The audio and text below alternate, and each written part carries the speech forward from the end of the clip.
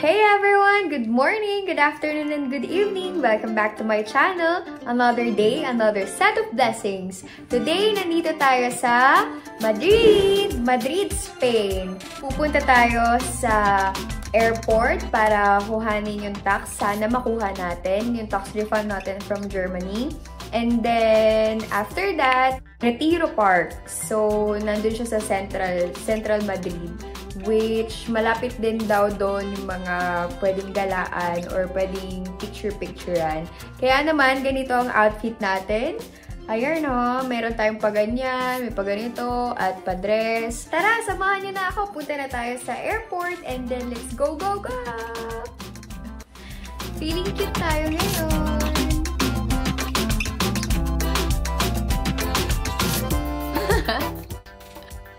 Outfit check before we forget. So, our outfit, meron tayong hat, necklace, earrings, and our coat is from Uniqlo. This one, our dress is from Forever 21, our bag, and our pagtapos is our Dr. Martens. So, full body fit check is like this. Yay!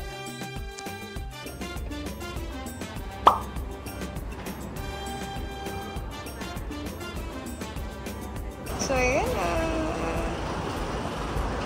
Yan siya. We just got in. Dito tayo. Let me show you kung anong itsura. So, ayan. Ganyan siya. So, ito sa labas na. Ng hotel. Walang kahit ano. Kasi sa kabila niyan, airport na.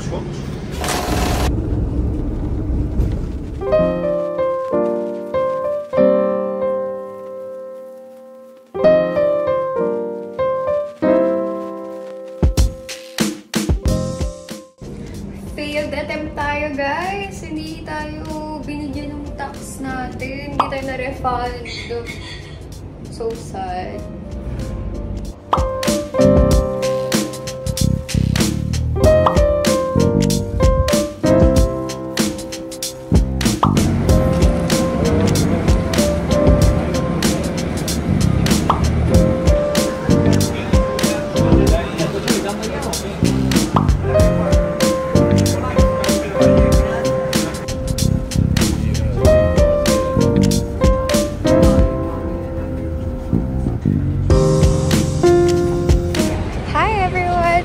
Tayo ngayon sa Cibeles, and then grabe, dami natin pinagdaanan bago tayo makapunta dito, guys, kaya enjoyin ko talaga to.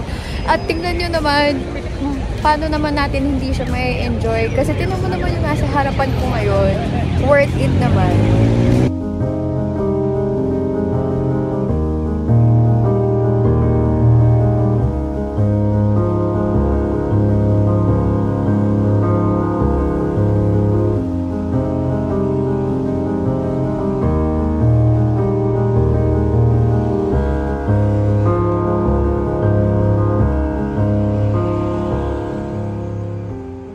Diba? So, sinong hindi naman matutuwa? Ang ganda-ganda. Ang ganda-ganda ng itsura. Grabe.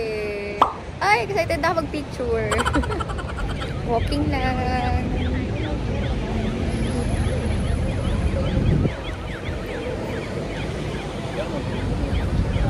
Ganito yung mga panahon na gusto ko sana may kasama ako eh. Para may taga-video. Yung mga ganun bagay.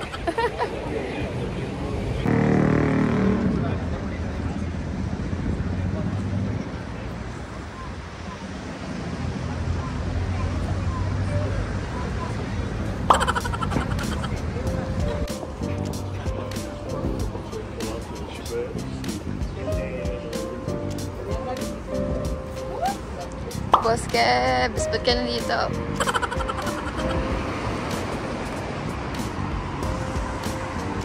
My. Nandito na tayo sa tapat ng Puerto de Alcalá and Majestic. I mean, hindi naman super duper pero grabe, ganda. Ganda niya kasi may pa-effect ng araw. This, papakita ko sa inyo.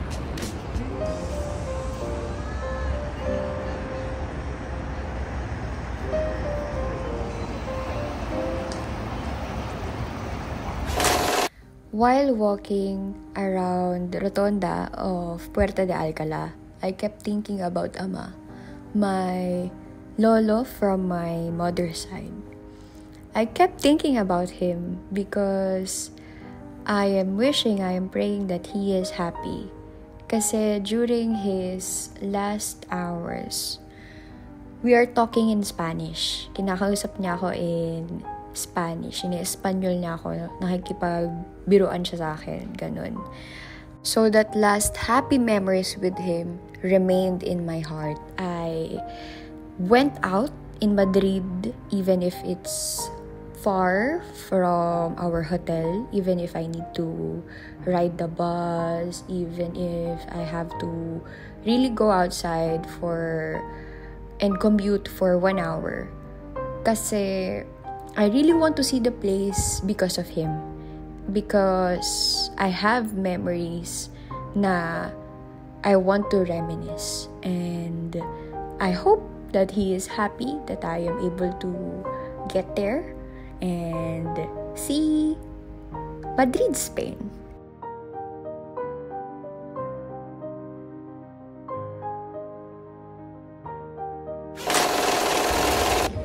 Hello everyone! It's so peaceful in here, guys. Yung pinuntahan natin sa Windsor, yung long walk, parang ano siya, ganito yung vibes pero mas maraming tao. Fresh siya kahit maraming tao dito.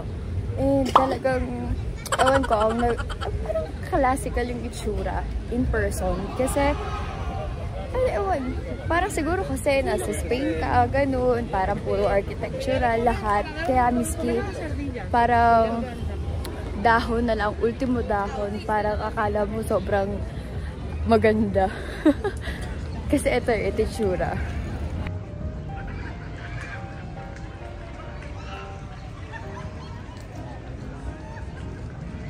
So, ayun, talagang feel mo siya na actually para siyang vibes ng Rome, Italy na ewan ko, hindi ko ma-explain, pero pag nandun kayo makikita nyo rin or mafe-feel nyo rin yung parang vibes kapag nandun ka na sa isang country. Ay, pero grabe ang laki itong park na to Retiro Park to, ito yung park na to. And maganda siya dito.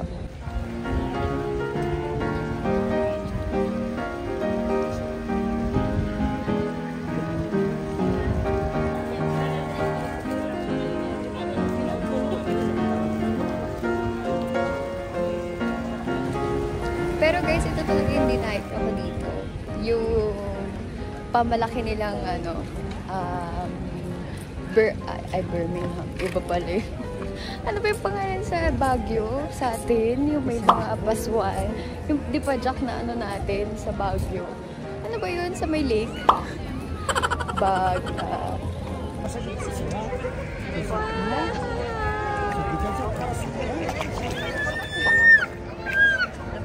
my God! Ano yun? Tilapia?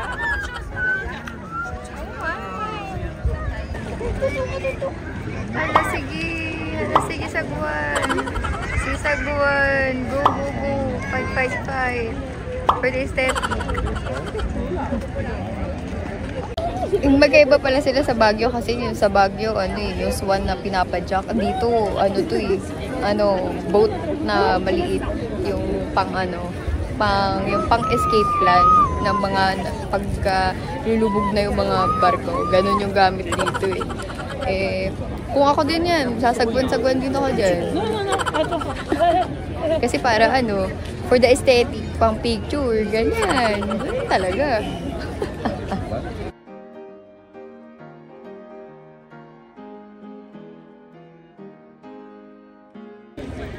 Guys, tapos na tayo na mag-picture-picture. Nakakita na rin ako ng maganda kong picture na pwede nating ipang-post.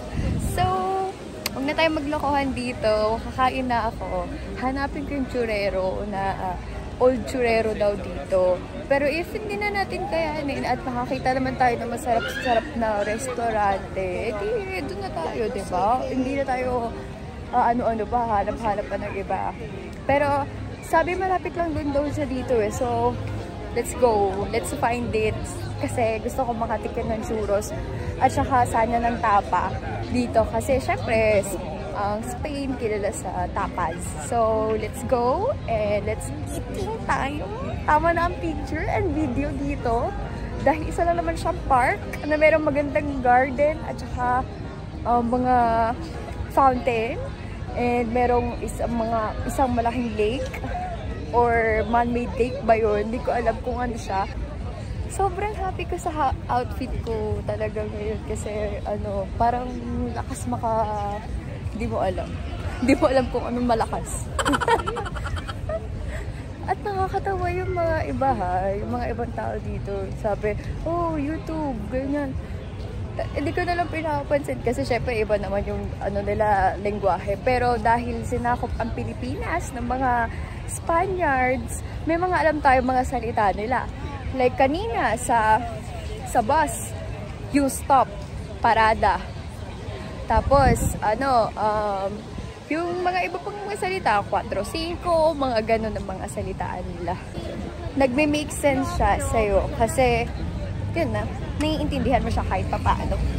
Guys, ang layo nung sinasabi ko sa inyo na yung oldest churros na churreria dito sa sa Madrid. Ang layo niya. Kailangan pa natin magdalawang bus. So, hindi na. Hanap na lang muna ako ng iba na makakainan natin, na makakatry tayo ng churros.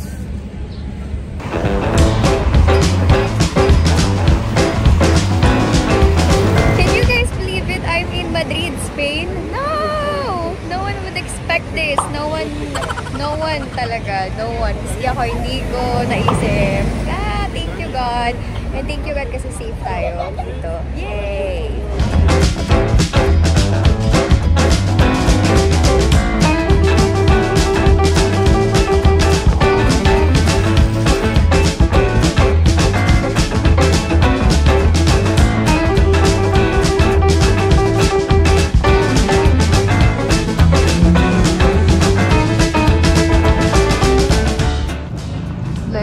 Ganyan, libreria. Alam mo naman, library. Ayan, bentana. Si bentana. Ayan, Senyor Pepe. Senyor Pepe. Yay! Nakarating na tayo. Finally! Churrosa Experimental Chocolateria. So, it's just a little chocolateria lang pala siya.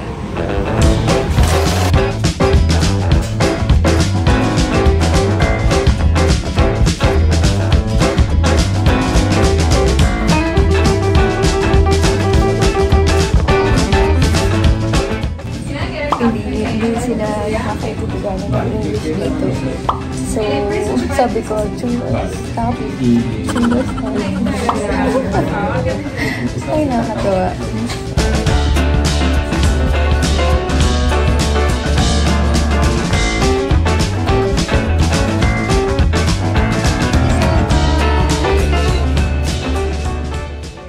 So, nakabili na tayo ng churros.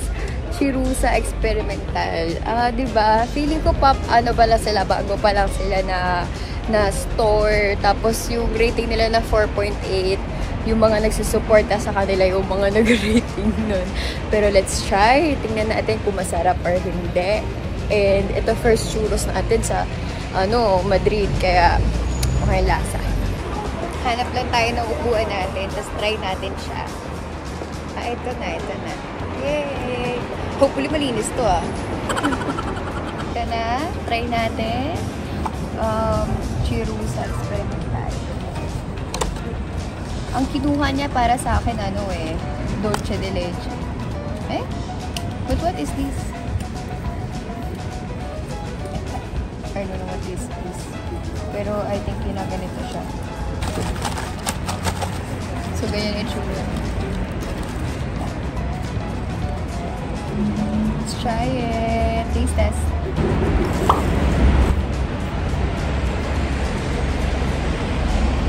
May feeling siya sa loob.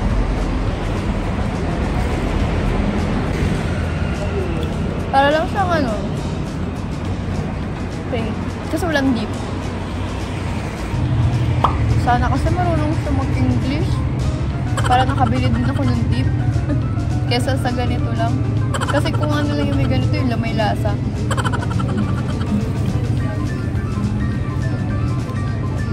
It's okay. I mean, parang siyang french fries. For 3 euros, ang dami niya.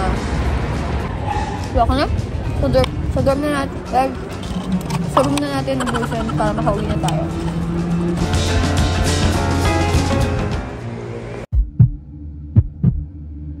Hindi natin alam kung paano tayo bibili ng ano ba ito? Kailangan ba ticket or ano? Hindi ko maintindihan. Purchase transport card. Kailangan ba natin mag-purchase? One journey.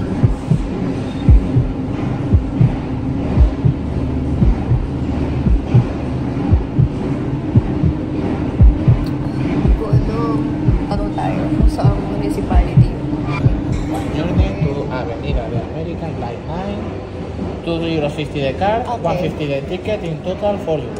Okay. Here? What is here?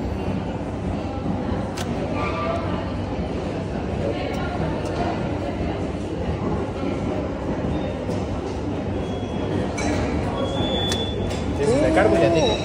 Okay. And then this is one journey only.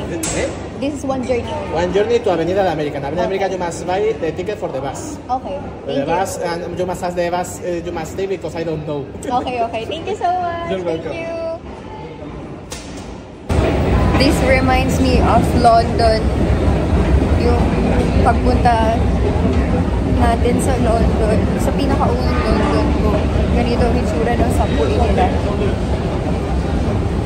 Buti may mga nag-i-English doon, kaya madali. Pero ngayon, buti makakaintindi ng English yung tao sa information, kaya hindi tayo naghirapan. So kung mapapansin nyo, may kulay din siya, ayan o, yung purple, yan din yung kulay sa map.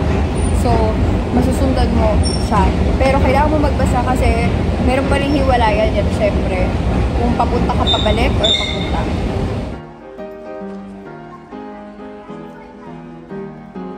Galing tayo sa Príncipe de Vergara, pupunta tayo sa Avenida de America.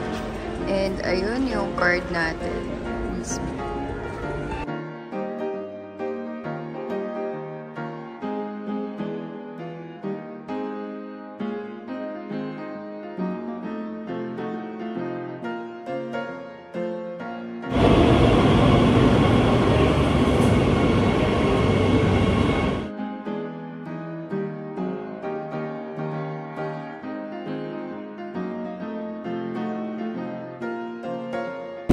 Dito na tayo.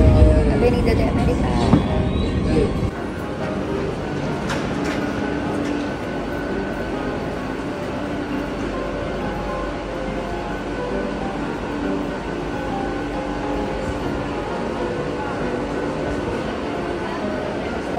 I wonder guys, paano nila ginawa itong ganito na sobrang haba ng subway system nila. Tapos grabe, ang haba din ang lakaran namin papunta sa bus. So, talagang planado. Simula umpisa pa lang. So, kung naging ganun din sana sa atin noon pa lang, ganito din sana sa Pinas. Everyone, believe it or not, it's 8:47 right now. Pero, sobrang araw. Ha? Ano yun? Grabe. After reaching the bus stop, we faced another problem. So this one is 229. Yes. Hindi tayo nakasakay ng bus, guys. Kasi, kailangan cash yung pera. Wala tayong cash.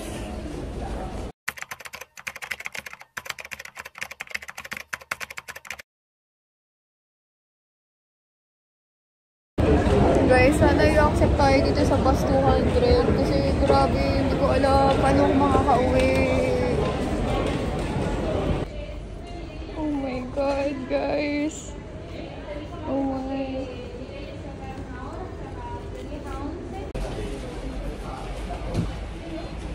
Oh my God.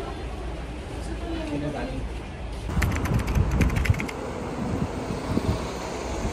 Hi everyone! Nandito na tayo sa hotel room natin. Salamat sa Diyos. All glory to God. Nakauwi tayo. Kasi grabe yung nangyari sa atin, guys. Alam nyo, ito yung pinakamagandang pang-ending ko sa lahat ng naging vlog ko. Sobrang hirap na hirap ako pauwi dito. Kasi yung papunta tayo, di ba madali lang. Sumakay tayo ng bus, ng Marriott. Tapos, papunta sa city, nag-bus lang tayo ulit. And nag-a-accept dun ng card na pwedeng pambayad yung card mo. Pero nung pauwi, nahirapan ako. Hindi talaga siya dapat magiging mahirap kung meron tayong dalang physical money. Sasakay na lang ako ng bus. Makakarating na talaga ako dito. Pagdating ko dun sa bus, wala. Hindi sila nag-a-accept ng card. Tapos, sabi niya, lahat daw ng bus doon sa Madrid Central, wala daw. Hindi daw nag-a-accept ng card doon. Una, naghanap ako ng money exchange. Tapos, wala. Walang kahit ano money exchange. Nagpunta na rin ako doon sa parang ticketing una-una. Tapos, wala. Ang mabibili ko lang doon, train card. Tapos, nagtanong na ako sa isang guy na ano siya, black American or something. Basta hindi siya marunong gano'ng mag-English. Tangkad siya, medyo mapayat. Tapos, nandun siya sa may gilid, nag-aantay siya. Tapos ngayon, nagtanong ako sa kanya. Kasi wala na talaga akong mapagtanungan. Busy din kasi doon sa lugar. So sabi ko sa kanya, "Excuse me, do you know where can I buy a ticket for the bus?" Tapos sabi niya, "Where are you going?" Tapos sabi ko, pinahata ko sa kanya sa Google Maps. "Oh, so you're going to ganyan na lugar, auditorium." Kasi nakalagay yung Marriott Auditorium. Tapos sabi niya, "You need to go to this bus number," ganyan. Tapos sabi ko sa kanya, "My problem is, I cannot enter the bus or I cannot go with the bus because they are not accepting card." Tapos hindi niya naiintindihan yung sinasabi ko. Tapos sabi ko, "No card, just money, just physical money." Tapos sabi niya, Tapos sabi niya, Tapos bigla may dumating na, nagtatrabaho for the station. Tapos ngayon, nagtanong ako sa kanya. So sabi niya sa akin, bumaba ka dyan, tapos pumunta ka doon sa mga ticketing, tapos bumili ka doon, magtanong ka. Tapos ngayon, ginawa ko, nag-thank you ako doon sa guy, tapos nag-thank you din ako sa kanya. Tapos bumaba ako agad-agad kasi nagmamadali na talaga ako. Kasi yung bus malapit na umalis. At saka anong oras na magna-9 na nun. Mukha lang walang hindi pa 9, pero 9 na nung time na yon. So pumunta ako, bumaba ako. Tapos, wala talaga. Tinatry ko talaga. Mabibili mo na talaga is train pass. Yung card na nabili natin kanina, ganun lang yung mabibili mo or may tatop upan mo lang siya, ganyan. Tapos ngayon, wala talaga. Nagtanong ako sa mga, sa una, sa may kabilang side ng mga stores. Nagtanong ako kung marunong sila mag-English. Sabi niya, no. Tapos, edi pumunta ako doon sa may kabila, parang SOS. Tapos may tao doon. So, nagtanong ako doon sa babae kasi siya yung available. Sabi niya sa akin na no card, tinuro niya yung card sa akin. Tapos, sabi ko sa kanya, "Do you know any money exchange?" Sabi niya, no, wala daw. Tapos ngayon, parang hopeless na ako. So, tinignan ko talaga yung Google Maps ulit. Sabi ko, meron pa isang colored na ibang kulay ng train. Yung blue, which yung kulay na nasakyan ko nung airport papunta sa city. Pero on the way there, nakita ako nung guy ulit na una kong pinagtanungan. Tapos sabi niya sa akin, "Okay?" Tapos sabi ko, "No, not yet. But I will try this bus. Maybe it will be okay because it's a different colored bus." Tapos sabi niya, "I will just give you money." Sabi ko, "Really? I will just transfer the money to you through bank? What's your bank account number?" Kinukuha ko talaga. Tapos sabi niya, "No, don't. I'll just give this to you so you can go home." Basta yung gano'n na maayos yung salita. Siyempre sa kanya, putol-putol, pero gano'n yung meaning niya na para makauwi ka na.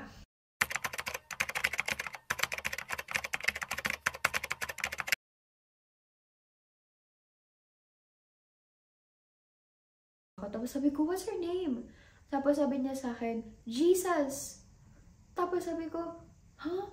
As in, napagano talaga ako sa kanya, ha? Tapos sabi ko, Jesus? Tapos sabi niya, yes, Jesus is my name. Tapos sabi ko, thank you, Jesus. Tapos sabi niya, my first name is ganyan yan. Hindi ko na naintindihan yung first name daw niya, pero name niya is Jesus din. Tapos sabi ko sa kanya, thank you so much. Thank you so much. Tapos habang naglalakad ako, grabe. Na-realize ko, grabe talaga si God. Grabe talaga si Lord. Kasi bago ako umakyat, nag-pray ako, sabi ko talaga, God, Lord, gusto ko na po talaga makauwi.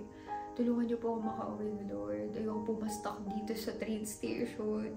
Grabe naman kung ma-stuck ako, diba, doon. As in talaga, nag-pray talaga ako. Sa heart lang, by heart and mind. Nag-pray talaga ako. Sabi ko, God, tulungan niyo po ako. Tapos pag-akit ko, nagbigay siya ng money. Tapos ito yung, grabe talaga, as in, naiiyak talaga ako habang paglalakad. I mean, maliit lang kung sa iba, yung 5 euros. Pero yung thought na magpapahirap sa'yo ng money, nang walang kahit anong kapalit. Tapos nakakagulat kasi, basta tumawag ka lang talaga kay God.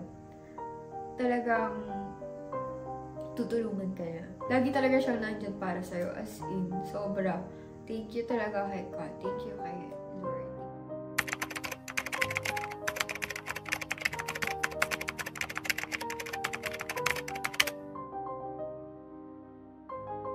Ito yun talaga. Ito siya. Hindi nga siya inabot ng 5 euros eh. Binigay sa akin nung guy, 5 euros nang walang kano-ano-ano. Tapos, ito yung sukle. Just proof na hindi ko rin talaga ito gagastusin, as in. Ito, sukli natin na 3 euros. Ayan. Other than that, other than sa nangyari natin, syempre lahat naman talaga guys, sa totoo lang, lahat ng travel mo, na ikaw lang mag-isa, at first time mo sa lugar, lahat yun magiging mahirap. Lalong-lalo na sa public transportation. Pero grabe guys, iba tong nangyari sa akin na to. Hindi dahil sa hirap, pero dahil sa miracle ni God sa akin. Na sobra-sobrang lagi talaga yung pinaparamdam na nandyan siya para sa akin. Kaya basta tumawag lang kayo guys kay God. Everyone, tawag lang kayo kay God.